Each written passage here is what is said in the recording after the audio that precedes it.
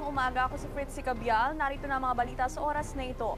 Ngayong araw, nakatakdang baklasin ng mga otoridad sa Maynila ang pwesto ng mga illegal vendor at informal settlers sa Rizal Park. Pero nakahanda raw lumaban ang mga mapapalayas. Mula sa Luneta, may live report si Lynn Olavario. Lynn? Fritzy, nakahanda na nga sa gagawing human barricade ang mga manininda dito sa may eastern at western section ng Rizal Park bilang protesta sa planong pagpapalaya sa kanila rito. Nakatakda silang paalisin ng National Parks Development Committee o NPDC ngayong araw para raw bigyang daan ang paggawa ng development programs at para pagandahin at i-restore ang historical value ng National Park, lalo't pinupuntahan ito ng daang libong mga tao.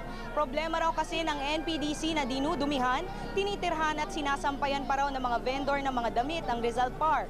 Sagot naman ng People's Democratic Hawkers and Vendors Alliance o PEDA kadamay na kinabibilangan ng may 120 na manininda taong 1999 pa nang simula nilang ipaglaban ang pagtitinda sa Rizal Park at hindi sila aalis hanggat hindi sila binibigyan ng legal na mapupwestuhan.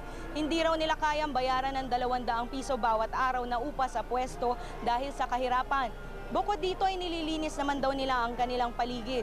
Hiling nila kilalanin ang kanilang karapatang pantao at karapatang maghanap buhay sa pamamagitan ng pagbibigay sa kanila ng lehitimong pwesto sa loob ng National Park.